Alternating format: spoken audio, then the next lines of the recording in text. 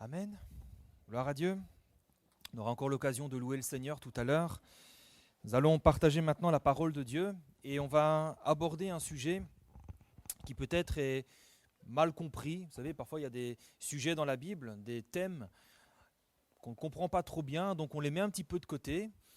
Mais c'est bien parfois quand on essaye de comprendre et quand on essaye de saisir ce que la Bible veut nous dire. Et on va lire ensemble dans le livre de l'Exode, au chapitre 34, donc au tout début de la Bible, Exode chapitre 34, à partir du verset 12 jusqu'au verset 16. Et on est vraiment donc ici, le peuple est sorti de l'Égypte et Dieu se révèle à eux. Et Dieu va révéler qui il est à ce peuple qu'il a choisi, à ce peuple qu'il a sauvé, à ce peuple avec lequel donc il fait alliance. Exode chapitre 34, verset 12, ça nous parle donc du Dieu jaloux. Garde-toi de faire alliance avec les habitants du pays où tu dois entrer, de peur qu'il ne soit un piège pour toi. Au contraire, vous renverserez leurs autels, vous briserez leurs statues et vous abattrez leurs idoles.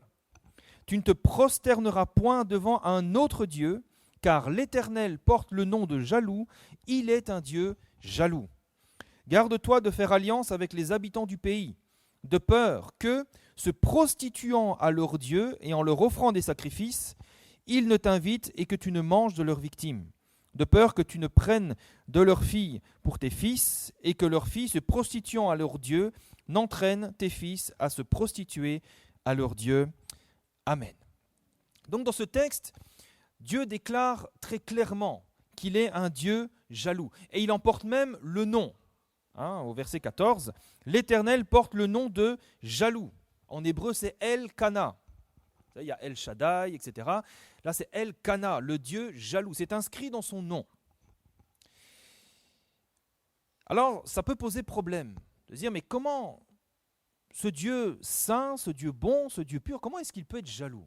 La Bible nous dit dans Josué 24, 19, par exemple, que donc Josué dit au peuple, vous n'aurez pas la force de servir l'Éternel, car c'est un Dieu saint, c'est un Dieu jaloux. C'est bizarre quand même, hein? Comment un Dieu saint peut-il être jaloux? C'est comme s'il y avait une contradiction, et on a du mal peut-être à comprendre. C'est normal, vous savez, la jalousie est très rarement vue comme une qualité. C'est même plutôt un défaut. Et je connais personne qui ait été loué pour sa si grande et si bonne jalousie. Au contraire, généralement, quand quelqu'un est jaloux, qu'est-ce qui se passe? Eh bien, il y a de la souffrance, il y a des problèmes, c'est pas quelque chose de positif. Et puis, on a déjà entendu des histoires, des meurtres commis par jalousie. Donc, on se dit, mais comment le Dieu saint peut-il être aussi un Dieu jaloux? Alors, c'est simple à comprendre. Le mot hébreu qu'on a traduit par jalousie n'a pas d'équivalent en français, dans la langue française. Ça n'existe pas. Il aurait fallu inventer un nouveau mot. D'ailleurs, le mot qu'on a traduit par jalousie, donc le mot kana, il est traduit aussi parfois par zèle. Prenez le psaume 69 au verset 10, il est écrit « Le zèle de ta maison me dévore ». Et c'est le même mot. On ne va pas dire « La jalousie de ta maison me dévore », mais c'est le même mot, mais qui est traduit d'une autre manière. Et d'ailleurs, une autre version, la version Summer, traduira le psaume 69 en disant « L'amour de ta maison est en moi comme un feu qui me consume ». Donc, quand on parle de la jalousie de Dieu, nous ne devons pas comprendre ça comme dans le sens d'une jalousie humaine, d'une jalousie négative, d'une jalousie nocive, comme d'un défaut. Ça n'a rien à voir du tout. Quand on parle de la jalousie de Dieu, on parle de quelque chose d'autre. C'est une autre notion. La jalousie de Dieu, quand on regarde le mot de sa signification, ça nous parle de l'amour et de l'attachement profond de Dieu envers son peuple. C'est ça que ça signifie la jalousie. C'est un attachement profond, sincère et fidèle de Dieu vis-à-vis de son peuple. C'est ça le sens du mot hébreu original. Donc quand Dieu va déclarer dans l'Exode, chapitre 34, qu'il est un Dieu jaloux, Dieu déclare à Israël son amour, son zèle, sa fidélité, son attachement pour son peuple, qu'il a sorti d'Égypte et avec lequel il fait alliance. C'est ça que ça signifie. Quand Dieu dit qu'il est un Dieu jaloux, c'est donc une déclaration d'amour envers son peuple. Mais c'est aussi une mise en garde. Une mise en garde contre un des plus grands problèmes qu'Israël connaîtra, l'idolâtrie. Un Dieu jaloux, ça signifie donc un Dieu qui aime infiniment, mais un Dieu qui ne tolère pas le partage, qui ne tolère pas qu'on l'aime d'un cœur partagé. Et on le voit, dès le premier commandement, le premier commandement que Dieu va donner à son peuple, dans Deutéronome chapitre 6, verset 5, c'est « Tu aimeras l'Éternel ton Dieu de tout ton cœur, de toute ton âme et de toute ta force. » Avec l'intégralité de notre être. Donc quand Dieu déclare être un Dieu jaloux, Dieu déclare un amour entier, total, mais il déclare aussi que cet amour ne peut pas accepter, ne peut pas tolérer d'être trahi et bafoué par de l'idolâtrie, qu'on appelle aussi de l'adultère spirituel. C'est donc une déclaration d'amour, mais aussi une mise en garde de prendre cet amour à la légère et de le bafouer. Aujourd'hui, cette déclaration d'amour et cette mise en garde, c'est aussi pour nous. Pourquoi ? Tout simplement parce que l'Église, c'est le peuple de Dieu. Nous sommes le peuple de Dieu. Amen. Et donc quand Dieu déclare « Je suis un Dieu jaloux », il le déclare à son peuple, donc il le déclare à nous aussi. 1 Pierre chapitre 2 verset 9 nous dit « Vous êtes une race élue, un sacerdoce royal, une nation sainte, un peuple acquis. » Nous ne sommes pas n'importe quel peuple. Nous sommes le peuple que Dieu s'est acquis. Nous sommes son peuple, le peuple envers lequel il est jaloux. Si nous sommes son peuple, si nous avons fait alliance avec Dieu par le sang de Jésus, Dieu est pour nous donc aussi un Dieu jaloux. Et on va voir ce que ça implique pour nous aujourd'hui. Premièrement, donc, comme on l'a vu, la jalousie de Dieu nous parle donc de l'amour de Dieu et de son attachement pour son peuple. C'est ça, la première notion quand Dieu dit qu'il est un Dieu jaloux. Dieu n'est pas jaloux parce qu'il manque de confiance en lui. Dieu n'est pas jaloux parce qu'il ne nous fait pas confiance, comme s'il nous espionnait pour savoir si on ne fricote pas avec des dieux étrangers, comme s'il était suspicieux. Si Dieu est un Dieu jaloux, c'est avant tout parce que Dieu aime son peuple d'un amour infini. Voilà pourquoi Dieu est un Dieu jaloux. C'est un amour éternel, un amour engagé, un amour exclusif et un amour fidèle. D'ailleurs, Romains chapitre 5, verset 6 nous parle de cet amour. Il nous dit que lorsque nous étions encore sans force, Christ, au temps marqué, est mort pour des impies. À peine mourrait-on pour un juste.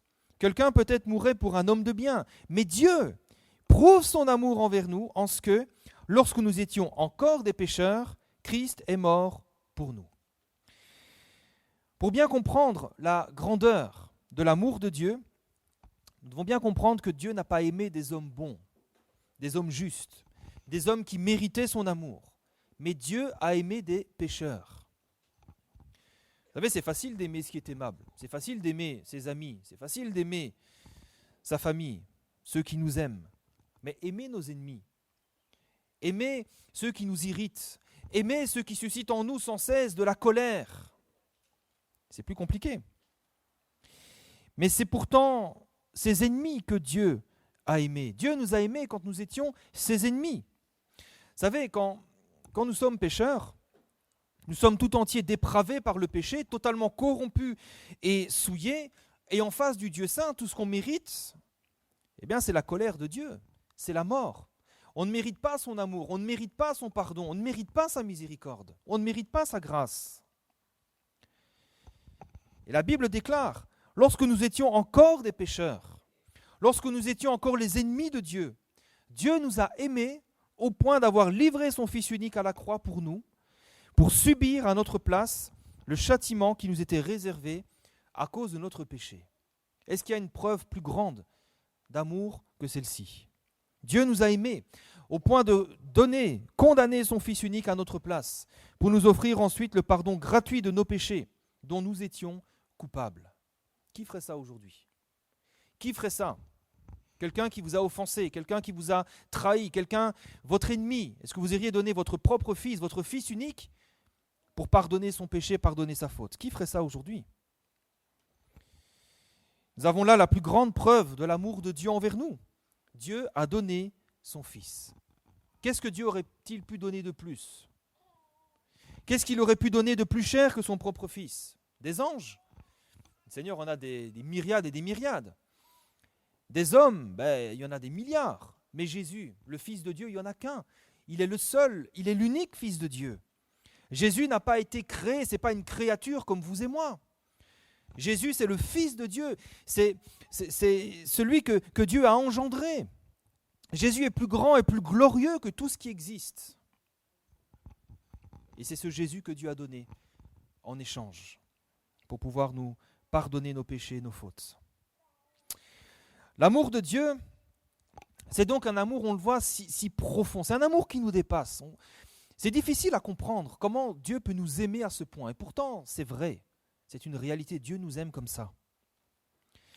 C'est un amour qui est profond, mais c'est aussi un amour qui est engagé et un amour qui est fidèle envers son peuple. Dans Romains chapitre 8, verset 38, il nous est dit que, c'est l'apôtre Paul qui parle de cette assurance, que ni la mort, ni la vie, ni les anges, ni les dominations, ni les choses présentes, ni les choses à venir, ni les puissances, ni la hauteur, ni la profondeur, ni aucune autre créature ne pourra nous séparer de l'amour de Dieu manifesté en Jésus-Christ, notre Seigneur. Amen. Ça nous montre à quel point Dieu est fidèle dans son amour envers nous. Dieu ne va pas subitement, du jour au lendemain, nous dire « je ne t'aime plus, tu ne me plais plus, tu as trop péché, tu es trop mauvais, tu es trop méchant, je me repens de t'aimer ». Non. Rien ne peut nous séparer de l'amour de Dieu manifesté en Jésus-Christ, notre Seigneur. Rien ne peut empêcher Dieu de nous aimer. Parfois on se dit « oui, mais j'ai échoué tellement de fois.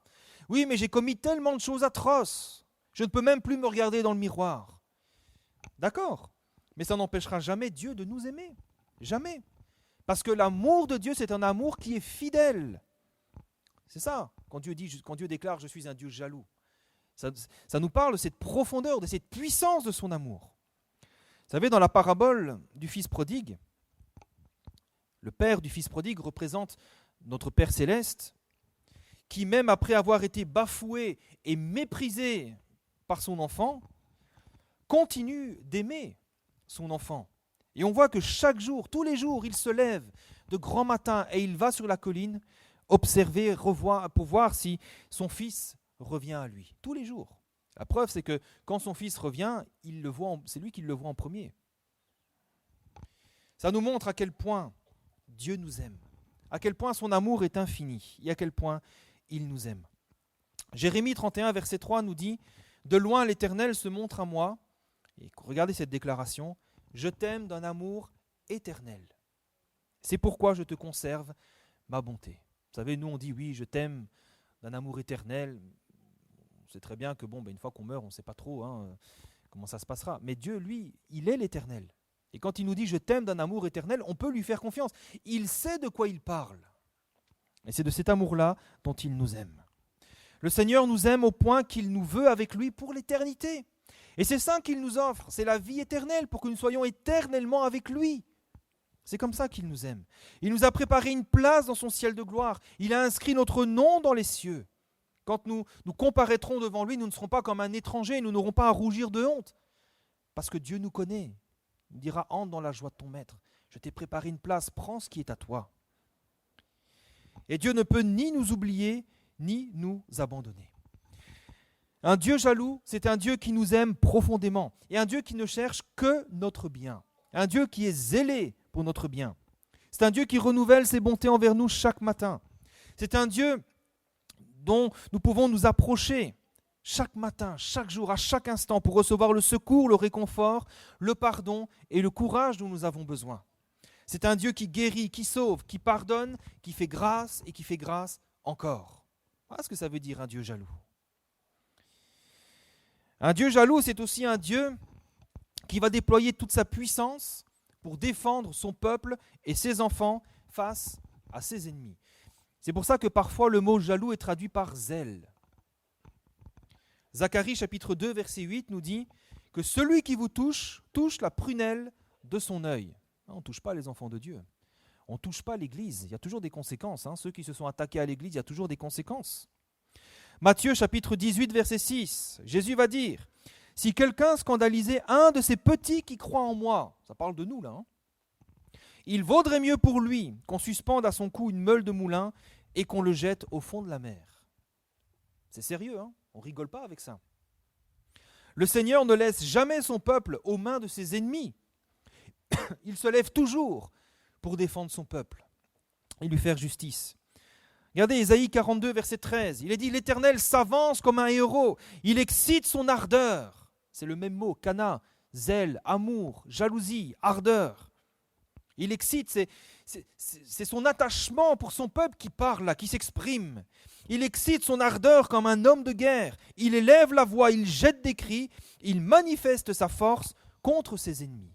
C'est ça que ça signifie un Dieu jaloux. Un Dieu zélé pour son peuple. Et quand on regarde dans l'Ancien Testament, combien de fois l'Éternel ne s'est-il pas levé pour défendre son peuple? Combien de fois les ennemis d'Israël étaient plus nombreux qu'Israël? Et Dieu s'est levé et en un instant, il les a tous terrassés. Au son de la trompette, il les a tous terrassés. Combien de fois? Et Dieu ne change pas. Dieu ne change pas. Ceux qui s'en prennent à son peuple auront affaire à Dieu. Et même si Dieu use de patience pour un temps, eh bien, il y a un moment où la fureur et la justice de Dieu agira pour venger son peuple. Donc on le voit, l'amour de Dieu est infini. Il est tellement grand, il est infini, il est entier, il est exclusif. Et Dieu a engagé tout son amour envers nous. Dieu n'a pas retenu une partie, Dieu ne nous a pas aimés à moitié. Il a mis tout son amour. Et si vous voulez la preuve de cela, c'est Jésus. En donnant Jésus, Dieu a absolument tout donné. Qu'est-ce qu'il aurait pu donner de plus? Il a tout donné. Aujourd'hui, si nous sommes chrétiens, c'est parce qu'en réponse à cet amour, en réponse à cet engagement de Dieu envers nous, eh bien nous sommes engagés en retour envers lui. Et c'est d'ailleurs pour ça que nous prenons le pain et le vin. Ce sont des éléments qui symbolisent et qui nous rappellent l'alliance que nous avons faite avec le Seigneur. C'est ce que Jésus a dit quand il a partagé le pain et le vin avec ses disciples. Il va dire, prenez cette coupe est la nouvelle alliance en mon sang qui est répandue pour vous. Et c'est là que se situe la mise en garde. Oui, ce pain et ce vin symbolisent tout l'amour de Dieu pour nous, mais il y a aussi une mise en garde. Quand Dieu dit « je suis un Dieu jaloux », ça nous rappelle également que nous aussi, nous sommes engagés dans une alliance et dans une relation avec Dieu. Vous savez, une des bases les plus importantes de cette alliance, c'est la fidélité. S'il n'y a pas de fidélité, il n'y a pas d'alliance. S'il n'y a pas de fidélité dans le mariage, il n'y a plus de mariage. Et pour bien le comprendre, il suffit de regarder le contexte dans lequel Dieu dit à son peuple qu'il est un Dieu jaloux. On va le relire ensemble, Exode 34, verset 14. Oui, Dieu va déclarer son amour, mais il y a un contexte aussi dans lequel Dieu va le faire.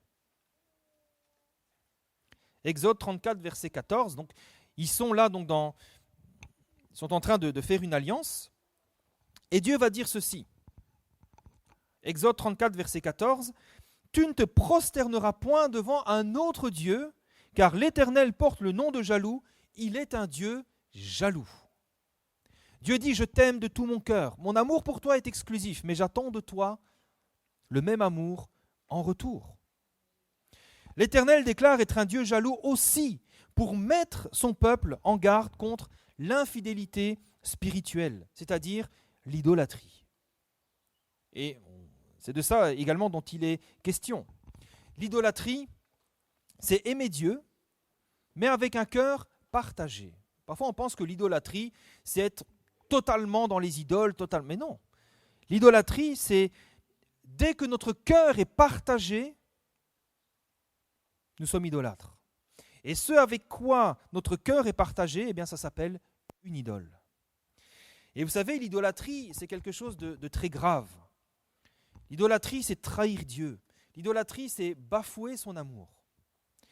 Et c'est vrai qu'on n'en a pas toujours conscience, mais c'est pourtant la vérité. Regardez un petit peu ce que Dieu ressent.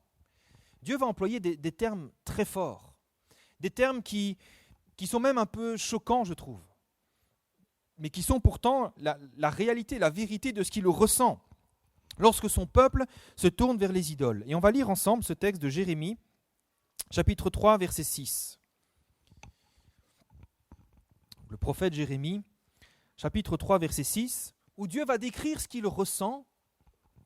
Il va vraiment parler à cœur ouvert, il va vraiment dire ce qu'il ressent quand son peuple se tourne vers les idoles, quand son peuple se détourne de lui. Jérémie, chapitre 3, verset 6 à 10.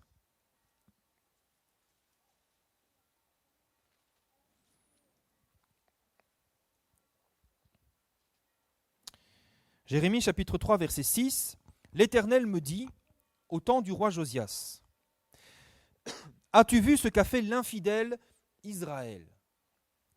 Elle est allée sur toute montagne élevée et sous tout arbre vert, et là, elle s'est prostituée. Et le terme employé. Je disais, après avoir fait toutes ces choses, elle reviendrait à moi. Mais elle n'est pas revenue. Et sa sœur, la perfide Juda, en a été témoin. Quoique j'ai répudié l'infidèle Israël à cause de tous ses adultères, vous voyez encore le terme employé, que je lui ai donné sa lettre de divorce, j'ai vu que la perfide Juda, sa sœur, n'a point eu de crainte, qu'elle est allée se prostituer pareillement. Par sa criante débauche, Israël a souillé le pays, elle a commis un adultère avec la pierre et le bois. Malgré cela, la perfide Juda, sa sœur, n'est pas revenue à moi de tout son cœur. C'est avec fausseté qu'elle l'a fait, dit l'Éternel. Vous voyez, l'idolâtrie résonne en Dieu comme un adultère, comme une trahison, comme un amour bafoué, une alliance violée et foulée aux pieds. C'est ce que Dieu ressent. C'est les termes à travers lesquels il s'exprime.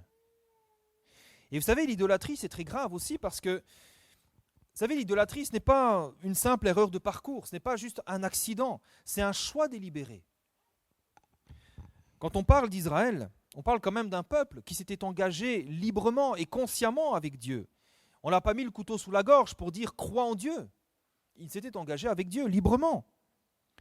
Israël connaissait Dieu, Israël connaissait ses lois. Israël savait qu'il ne fallait pas se prosterner devant les idoles. Israël avait vu tout l'amour dont Dieu l'aime. Israël avait vu combien Dieu était capable de pourvoir à chacun de ses besoins. Et malgré cela, Israël abandonne Dieu pour se tourner vers les idoles. Alors peut-être qu'on peut se poser la question ce matin de dire, mais l'idolâtrie, ça ne me concerne pas. Je ne me prosterne pas devant les statues.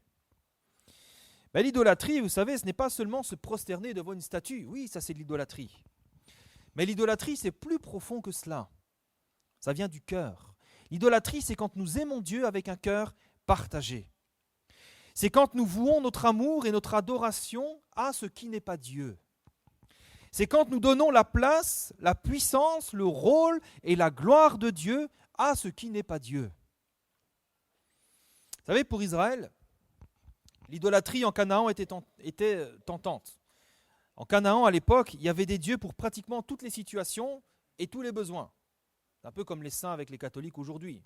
Tu as perdu quelque chose, je crois que c'est Saint Antoine compris. Il y a des saints pour tout. À l'époque, c'était pareil. Et c'était tentant. Et régulièrement, Israël se détournait du seul vrai Dieu pour aller voir les Baals, les Astartés et toute leur série de dieux. Dans l'espoir de trouver une réponse à leurs besoins. Il y avait besoin d'avoir des récoltes abondantes et ils allaient voir tel Dieu. Ils avaient besoin de la protection, ils allaient voir tel Dieu. Etc. Mais ces faux dieux ne possédaient aucun pouvoir. Ce n'étaient que des morceaux de bois sculptés par la main des hommes. Et le prophète Ésaïe parle magnifiquement bien de ces idoles. Il va dire, Ésaïe 44, verset 15, « Ces arbres servent à l'homme pour brûler. Il en prend, il se chauffe, il y met aussi le feu pour cuire du pain, et il en fait également un dieu qu'il adore, il en fait une idole devant laquelle il se prosterne. Il brûle au feu la moitié de son bois. Avec cette moitié, il cuit de la viande, il apprête un rôti et se rassasie. Il se chauffe ainsi et dit « Ah ah, je me chauffe, je vois la flamme !» Et avec le reste, il fait un dieu, son idole, il se prosterne devant elle, il l'adore, il l'invoque et s'écrie « Sauve-moi, car tu es mon Dieu !» Ça montre toute l'absurdité de la situation. Combien aujourd'hui font la même chose? Peut-être pas avec des morceaux de bois, mais avec d'autres choses, avec l'argent, avec le pouvoir, avec le succès. Combien consacrent toute leur vie à ces choses, à la réussite sociale, comme si c'était des dieux capables de les secourir et de les combler. Combien se dépensent jour et nuit pour leur travail en se disant c'est ça qui me rendra heureux, c'est ça qui va combler ma vie, c'est avec ça que je pourrai combler tous mes besoins. C'est de l'idolâtrie. Combien attachent leur cœur à des choses matérielles et terrestres comme à des dieux qu'ils adorent. Maintenant, ça ne veut pas dire qu'il ne faut pas travailler. Vous savez, certains, parfois, c'est avec le sport. Regardez le foot. Parfois, je me demande comment 22 joueurs qui tapent dans un ballon peut susciter autant d'émotions. Parfois, il y a des violences, des injures, des émeutes, il y a des accidents qui sont produits. Pourquoi? Parce que certains sont idolâtres. Pour certains, le club de foot, c'est leur Dieu. Si on s'en prend à leur club de foot, c'est comme si on s'en prenait à eux-mêmes. Il y a tellement de violence parfois, c'est extraordinaire. Pour d'autres, c'est la voiture. Certains idolâtrent leur voiture. Ah, ma voiture, c'est mon Dieu. Parce que sans ma voiture, je ne suis rien. Grâce à ma grosse voiture, je suis élevé en société. On me regarde. Bon, d'accord, je fais un peu l'intéressant, mais on me regarde quand même. Hein. Certains élèvent ce morceau de tôle à un rang divin. Sans elle, ils ne sont plus rien. Mais avec sa belle voiture, je suis quelqu'un. On me regarde. Je ne suis pas contre les voitures, je ne suis pas contre le foot. Mais si ces choses prennent la place de Dieu dans notre cœur, si nous plaçons notre espoir dans ces choses, si nous aimons ces choses plus que Dieu, ça devient des idoles. Alors la tentation, c'est de se dire, oui, mais on en a déjà parlé, mais je le répète parce que c'est important. Ouais, mais Dieu est quand même à la première place dans ma vie. On entend souvent ça. Mais Dieu ne veut pas la première place. Dieu est digne de toute la place. Dieu est digne qu'on lui donne toute la place. Rappelez-vous cette image que j'aime beaucoup, qui est un petit peu dure, mais qui est pourtant parlante. Un peu comme si vous étiez marié, votre conjoint rentre chez vous, rentre à la maison, avec 3 personnes, 3 amants, 3 maîtresses. Et puis, voyant votre réaction, imaginez que votre conjoint vous dit « Ah non, mais t'inquiète pas, t'inquiète pas. De vous 4, c'est toi mon préféré. C'est toi le premier. » Comment est-ce que vous réagissez? Quelle serait votre réaction? Je ne pense pas que vous seriez d'accord. Avec Dieu, c'est pareil. Quand nous partageons notre cœur avec d'autres choses, quand nous plaçons des choses au-dessus de Dieu dans nos vies, eh bien Dieu ressent la même chose. C'est les termes qu'il employait avec Israël. Il parle d'adultère, de divorce, d'infidélité. Et nous, parfois, c'est ce que nous faisons aussi avec Dieu. Nous faisons de Dieu notre préféré, le premier. Mais Dieu est pourtant digne d'avoir toute la place dans notre vie. Et pas seulement une place. Et parfois, on porte des idoles dans nos cœurs, dans nos vies, et on vient louer et adorer le Seigneur. Comment voulez-vous que le Seigneur alors prenne plaisir à notre louange et qu'il agrée le culte qu'on lui rend? Vous savez, à l'église de Laodicée, dans le livre de l'Apocalypse, le Seigneur va révéler une chose qui le rend malade, qui lui donne envie de vomir. C'est la tiédeur spirituelle. Donc, Apocalypse 3,16, il va dire « Ainsi, parce que tu es tiède, que tu n'es ni froid ni bouillant, je te vomirai de ma bouche. » Quand on vomit, c'est qu'on est malade. La tiédeur, c'est un mélange entre ce qui est bouillant et ce qui est froid. La tiédeur, ça nous parle de compromis. Ça nous parle d'un cœur partagé. J'aime Dieu, mais j'aime aussi le monde. Dans 1 Roi, chapitre 18, verset 21, Élie s'approche de tout le peuple et dit « Jusqu'à quand clocherez-vous des deux côtés? Si l'Éternel est Dieu, allez près de lui. Si c'est Baal, allez près de lui. » Et le peuple ne lui répondit rien. C'est ça l'idolâtrie. Vous savez, nous n'avons pas besoin d'aller vers les idoles, parce que Dieu est capable de nous combler parfaitement dans tous les domaines de notre vie.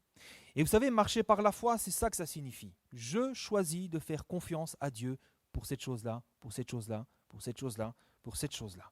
Colossiens chapitre 2, verset 10 nous dit « Vous avez tout pleinement en lui, qui est le chef de toute domination et de toute autorité. Nous avons tout et nous avons tout pleinement. Qu'y a-t-il d'impossible à Dieu pour que nous ayons besoin de nous tourner vers des idoles, vers le péché ou vers les choses du monde? Qu'est-ce qui est impossible à Dieu? L'idolâtrie a aussi des conséquences. C'est pour ça que c'est grave. Éphésiens chapitre 5, verset 5 nous dit « Sachez-le bien, aucun débauché ou impur ou cupide, c'est-à-dire idolâtre, n'a d'héritage dans le royaume de Christ et de Dieu. » L'Église qui paraîtra devant Dieu au jour du Seigneur, c'est une Église glorieuse, sans tache, sans ride, ni rien de semblable. Une Église sainte et irréprochable. Pas une Église adultère, pas une Église qui tolère le compromis, pas une Église qui accepte les idoles. Comment réagit Dieu lorsqu'il est trahi, quand son amour a été bafoué?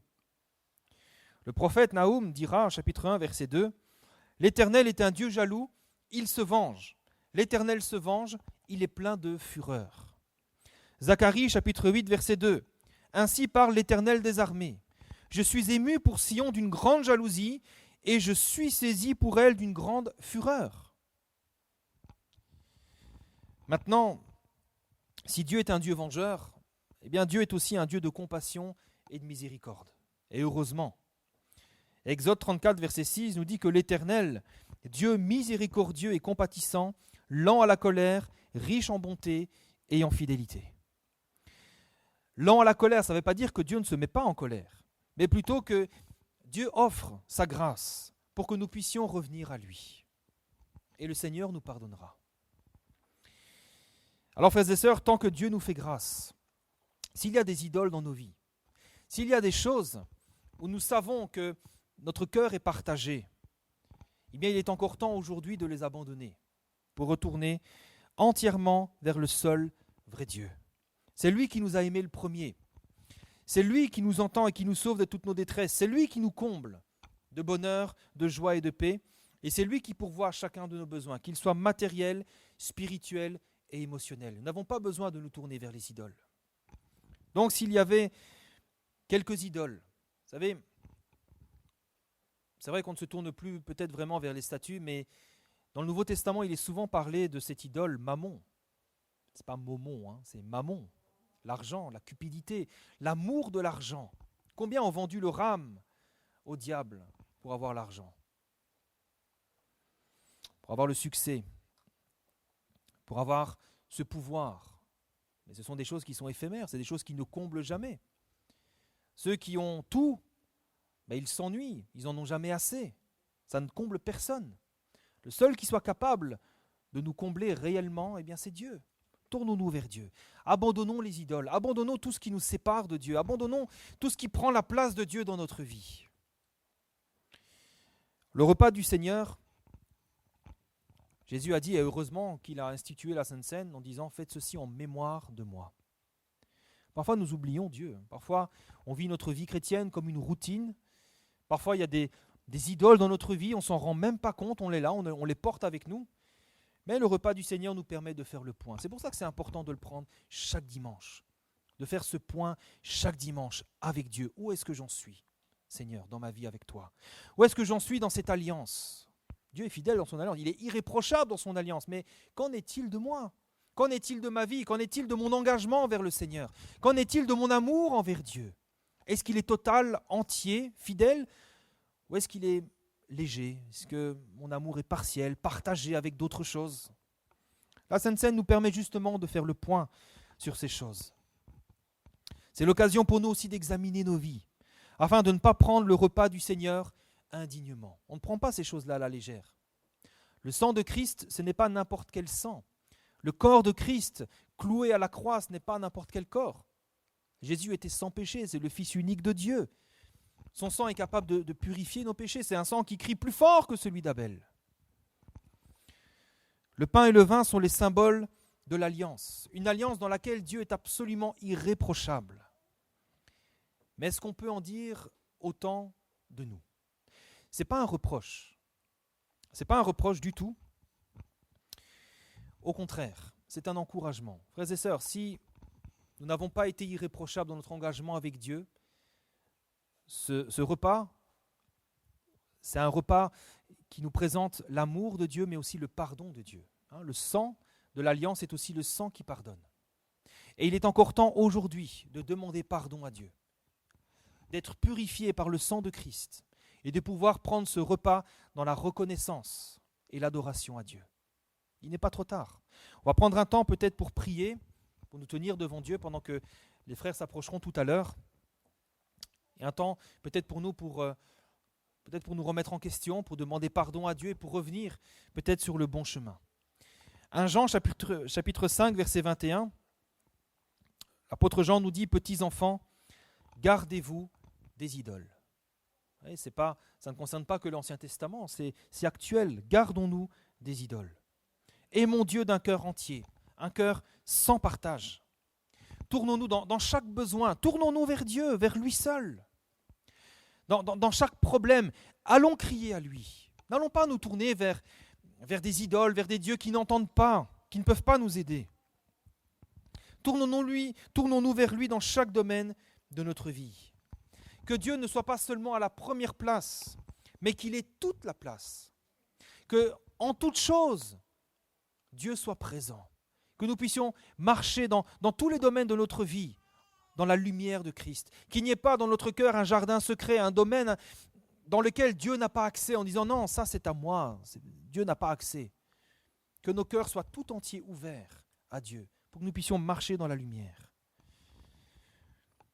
Considérons, frères et sœurs, l'amour dont il nous aime. Et je termine avec ce texte d'Apocalypse, chapitre 1, versets 5 à 6. « À celui qui nous aime, qui nous a délivrés de nos péchés par son sang, qui a fait de nous un royaume, des sacrificateurs pour Dieu son Père, à lui soit la gloire et la puissance au siècle des siècles. Amen. » Amen.